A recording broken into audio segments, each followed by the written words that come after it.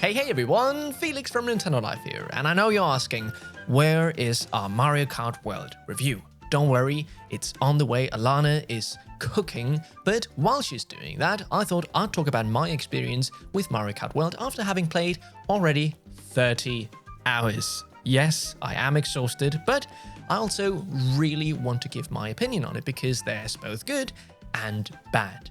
Let's start with the good, which is visuals, music, and just overall feel of the game. The visuals are stunning. I've been playing mostly on my 4K OLED TV and it looks phenomenal. There, all the colors pop, and there's so much more attention to detail in the textures, in all the NPC characters around. Yes, finally, we don't have a 2D grid of 5 frames per second audience. They are actually fully animated at 60 FPS. You love to see it. And to accompany these beautiful visuals, we also have probably the best video game soundtrack of any game to date. Not only do we have some really nice new compositions for the new tracks, we also have hundreds of music from previous Nintendo games, which have been redone and remixed into new genres, and it's just beautiful. It's almost like playing a game of What's That Track on GVG, where you're trying to figure out, what is that song? I feel like I know it, but where is it exactly from? Now, which track plays depends on where you are in the world, and unfortunately, which I think is a bit of minus, you can't select which tracks play. There's no radio or music player. Nintendo have just been like, yeah, we know what's best for you. I will give them credit, the music does fit where you drive, but I would have liked a music player at the very least. When I first started playing the game, I had quite a hard time getting used to the new controls. I don't mean that the controls are that different, like you still drive on A, drift on R, and use items on left, but you have some new tricks that you can use where if you, instead of drifting to the left or something, you just hold the drift button while just driving straight, and then you will go down and charge up for a trick. Now, the drifting and everything is a bit more like floaty, if that makes sense, but as soon as you get used to it, my god, does it just feel phenomenal. I also really like that you can now grind on rails and go on walls. Go on walls I don't feel gets used as much as mostly the grinding, because going on walls, it's mostly on the outer wall, so you have to go in the most outward like line in a turn, and that's usually just really slow compared to just drifting the tightest line you can do. But often there is some grinding which is an even tighter line, and when you're on these rails, well, it just guides it for you and you can make tricks on it. Something that I found out when I was time trialing, I just saw the ghost for the world record of the first stage Mario Circuit, and there the player was doing a really cool thing where they tricked in a corner. So if you jump at a specific angle, you can kind of cut some of the corner on the rail. This is quite hard to do, but when you pull it off, it feels fantastic. And I feel like this strategy is going to be used a lot over the coming years. There's also 24 players now in this game to accommodate for the very long stretches of tracks where you drive from one track to another. And I will say, 24 players, it doesn't feel as chaotic as I thought it would be, which I think is perfectly fine. I feel the item distribution has been very balanced, if that makes sense. As soon as I'm just a little bit behind because there's so many players, I will get some mushrooms, maybe even a bullet bill. Now, the bullet bill has been significantly reduced, which I think is perfectly fine. Like now when you hit players, they don't completely tumble over and it ruins all their flow. They just kind of quickly goes a bit to the side. And the golden mushroom, that is just the best item in the game now, because when you're going from track to track, well, you get these huge shortcuts that you can do, and it feels fantastic. It's really, really satisfying to pull off. And another thing that's really satisfying to pull off is now slipstreaming. Now, slipstreaming was in previous games, but now with so many players and driving straights for so long, I feel like slipstreaming is a very, very important mechanic to learn if you want to get real good. Don't worry, I will have a tips and tricks video going over all the different things I've noticed in the first 30 hours of me playing this game. But let's talk about the world itself. It's in the name, Mario Kart World.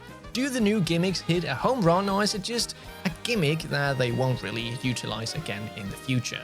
Well, I feel some work better than others. They've done a complete revamp to Grand Prix and now have a new mode called Knockout Tour, together with Free Roam, where you drive around in this giant open world. Let's start with the best of the best, which is Knockout Tour. Wow, I love this new feature coming from F-Zero 99, where it kind of have the same formula. I mean, you're not driving from track to track, but every track you have less and less people, and that would just be really, really intense trying to get over that threshold of players that would go on to the next race. Knockout Tour has perfected this formula. So you start as 24 players, then 20, then 16, 12, 8, 4, and lastly, you just aim to win.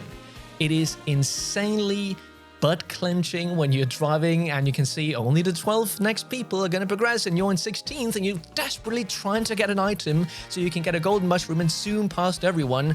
There's nothing more satisfying than just getting over that finish line as the last player. Seriously, Nintendo, really, really good stuff. Now, let's go from the best to the worst, which is the open world, the free roaming. Now, I will say it is really cool to drive around and do different missions.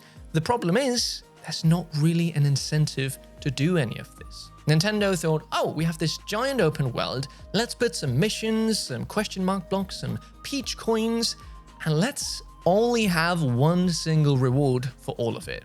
This is stickers.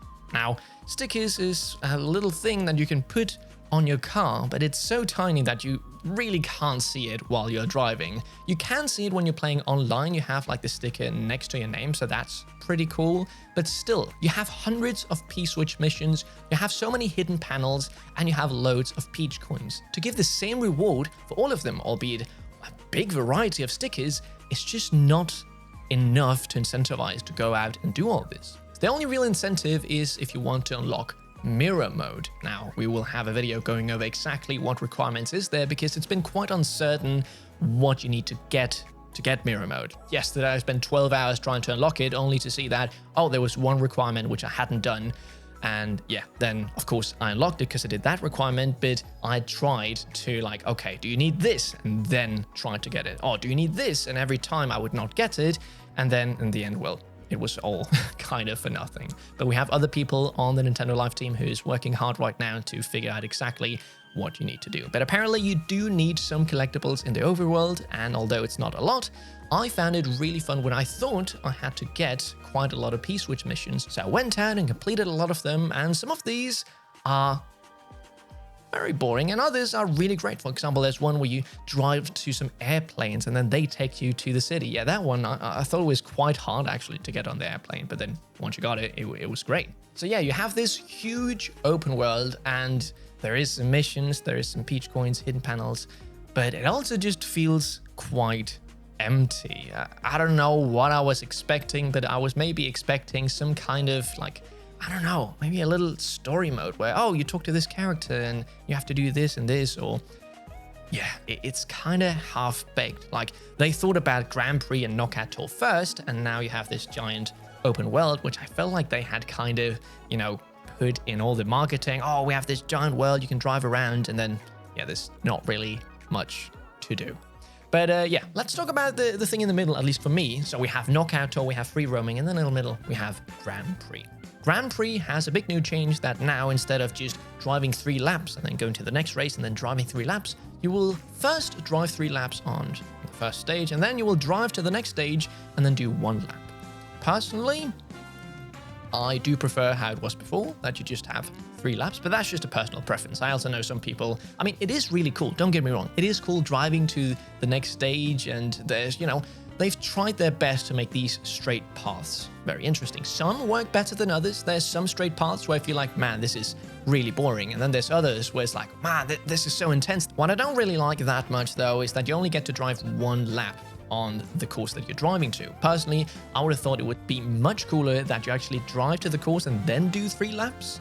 But yeah, that's just a personal preference. And hey, there's also versus mode, which I haven't gotten to use that much, but in there you can just select the course that you want to do. And if you don't select going to another course, because you can select so many different paths, well, you just race 3 laps there. So not much harm done. The track selection is phenomenal for the most part. There's a few outliers where I feel like what happened here, like Desert Hills, just is super tiny and just, I don't know, it just isn't very fun. And the same with Koopa Troopa Beach, although there you drive 5 laps, you know, kind of like in the original Super Mario Kart. but I don't know, compared to Mario Kart 8 where they would take tracks, and even in this game where they would take retro tracks and just, kind of spruce them up, well, yeah, some of the retro tracks haven't gotten the same treatment. Some of my favorite returning stages is Airship Fortress, DK Pass, Toad's Factory, and we also have loads of great new stages. Acorn Heights, Dry Bones Burnout, and Boo Cinema. Like, when they want to, they make really, really great tracks. It's just some of them, it's clear to see where they put in the time and where they didn't. I do quickly want to go over the vehicles and also characters and costumes and that whole sort of thing. The vehicles, the designs of them are great. You don't have them all to the start, and the way you unlock them is randomly by collecting a bunch of coins. So you kind of, every time you sit and pray, oh my god, please give me the Rob bike. Yeah, I quite quickly found out a card I really liked, which is the Toon Thumper. It has very high acceleration, which, well, in Mario Kart 8 at least, it was very important to have high acceleration, and I do still think it is, but again, that'll be something I tackle in the tips and tricks video. I love that card customization is just gone. I much prefer just really cool looking cards where everything just plays together, and yeah, the variety is quite big, and the character variety is also huge. We have 50 characters for the first time, and unlocking them, well, it's not the easiest thing. Let me just rant a little bit about the character select screen, because I think it's one of the weaker ones. Like, on paper, it's great that you have a big icon of the character that has a little nice animation to give them lots of personality. I mean, that they knocked out of the park, and all the characters look beautiful in this game. The problem comes that a lot of these characters have costumes, and lots of them. Mario has 9 costumes. Luigi has 7, I think. It really depends on which characters. For example, Donkey Kong only has 2. Pauline only has 2. Maybe you'll get an update with Donkey Kong Bonanza. Who knows? I do hope that this game will get more updates in the future. It has so much potential. But then you have a lot of characters who don't have costumes, which I think is a shame. I think if you're going to have costumes, at least just make some costumes, some color variants at least. The way I would have preferred it is that it just worked as kind of like in Mario Kart 8, that you have Yoshi, for example. You select Yoshi and then a menu with all the colors pop up. That's exactly how it should have been in this one. You select Mario and then all his costumes pop up, and then you can select the Mario outfit you want. I have no idea why they decided to have it in different spots. Sure, it would be fine if you wanted it there as an option, kind of like Echo Fighters in Super Smash Bros, but just have the option at least to just have them compact all Marios in the Mario slot. Yeah, but overall, I really, really like the character picks they have chosen. I love that there's really weird characters, and some of these are really hard to unlock because all the NPC characters, the way you unlock them is that you get transformed by Kamek. And it's actually really rare when you get transformed. It doesn't happen that often, and when you do, you have a chance of just getting transformed into a character you already have. So characters like Fishbone and Peeper, that's characters I just haven't unlocked yet, even though I've played 30 hours already. I'm sure if I went online and searched how to unlock this character, just go to this place and just grind. But I have a character that I really like. I'm playing as Toad, specifically the Explorer outfit, which is just Captain Toad. Look at the little fella. He just looks adorable. Ever since I unlocked that outfit, I've pretty much just exclusively played as him. All right, let's talk about online, because that's where I've spent most of my time in this game.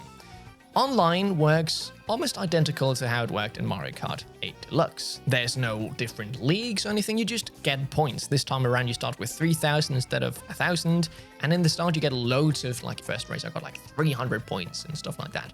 And as you get up to like 7,000, I saw that it was very smaller amounts, maybe 50 or something. I'll see the more I play. But one thing that I thought was quite, I don't know, maybe frustrating, is that if you want to play Knockout Tour, that's good. You go in and then normally you will find a race really, really quick. When you go into Grand Prix, you will also find a race, but normally, just like in Mario Kart 8 Deluxe, you will join mid-race. The problem is there's no way to spectate in this game. You're just driving around in this overworld, and that's fine. It's good, so you can go and find hidden panels, you can practice the stages, but to not even have the option to see how far along the race is going, at least to my knowledge, is baffling. This is something that at least, in Mario Kart 8 Deluxe, you could just see, oh, they're on the second lap. I can go out and get a cup of water while I'm waiting. But here, you have no idea. And sometimes you can wait for quite a while until the next race starts. To me, that was just I don't know, that's a downgrade to Mario Kart 8 Deluxe. And another little downgrade is that now you can't see which country people are from. And even worse, you can't choose regional or global. I guess you just race global.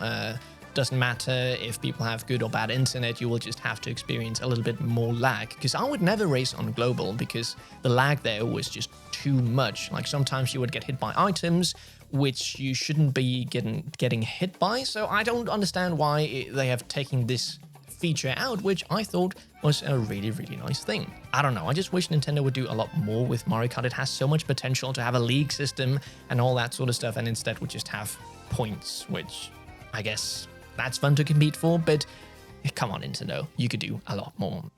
So now, having pretty much gone over everything that I wanted to go over, what are my final thoughts? To me, Mario Kart World is 2 steps forward, 1 step back. It's such a great game, but there's so many small things where I think, why did they do that? Why not have a music player? Why not actually show how many collectibles there are in this world? Because I have no idea. It just shows you how many you have, how many P-switches are there in total, and why should I go out and collect all of these? Just because it's fun? Sure, it is a little bit of fun, but when you only give out stickers, I just don't see a lot of reason to do this. The online mode is also just such a missed opportunity. You still just have points. You can't spectate when you're waiting in Grand Prix, and you can't even select to play just in regional to avoid all the lag from playing with people over in Japan. It's really, really a shame because this game does so much so well. The Knockout Tour is one of the best additions. I already talked about it, but I've been spending my time by far the most in Knockout Tour. It's great, great fun. And also, like, the whole concept of driving from one stage to another is also really, really good. They've tried to implement some really cool new techs, which I think the more time we spend with this game, the more we'll just see usage or not usage of these tricks, because maybe it's just faster to go straight. But yeah, I think the thing I noticed was this game is a lot more fun to play with other people in the room. It is fun to play online. You can also, you can play with friends online. I haven't done that much, but the most fun I've had is playing with my roommate in split screen and with my girlfriend. It's just so much fun to give them a controller and see them how quickly they learn to play this game, because everything is very, very intuitive. There's a reason why this is a game for all ages, but as a launch title for the Nintendo Switch 2, I do feel that now after 30 hours, I've kind of seen what there is to see in the game. Sure, I'll still play the game online a lot because I'm kind of addicted to Knockout Tour, and when people come over and see that I have a Nintendo Switch 2, we are booting up Mario Kart because it's the perfect party game. But already now, a couple of days later, I'm just thinking, when is Donkey Kong Bonanza coming out? I have also spent 30 hours already in the game, so what am I to expect? Well, for the price point, I think I was just expecting a little more. But yeah, that was everything I had to say about Mario Kart World after having now spent 30 hours in the game. The game's only been out for a couple of days, but what are your initial thoughts if you've gotten to try it out? Well, let us know down in the comments below. And don't forget, our proper review of Mario Kart World will be out early next week, so stay tuned for that. If you aren't subscribed, well, you know what to do. Thank you again so much for watching, and we'll see you in the next one. Felix from Nintendo Life, out.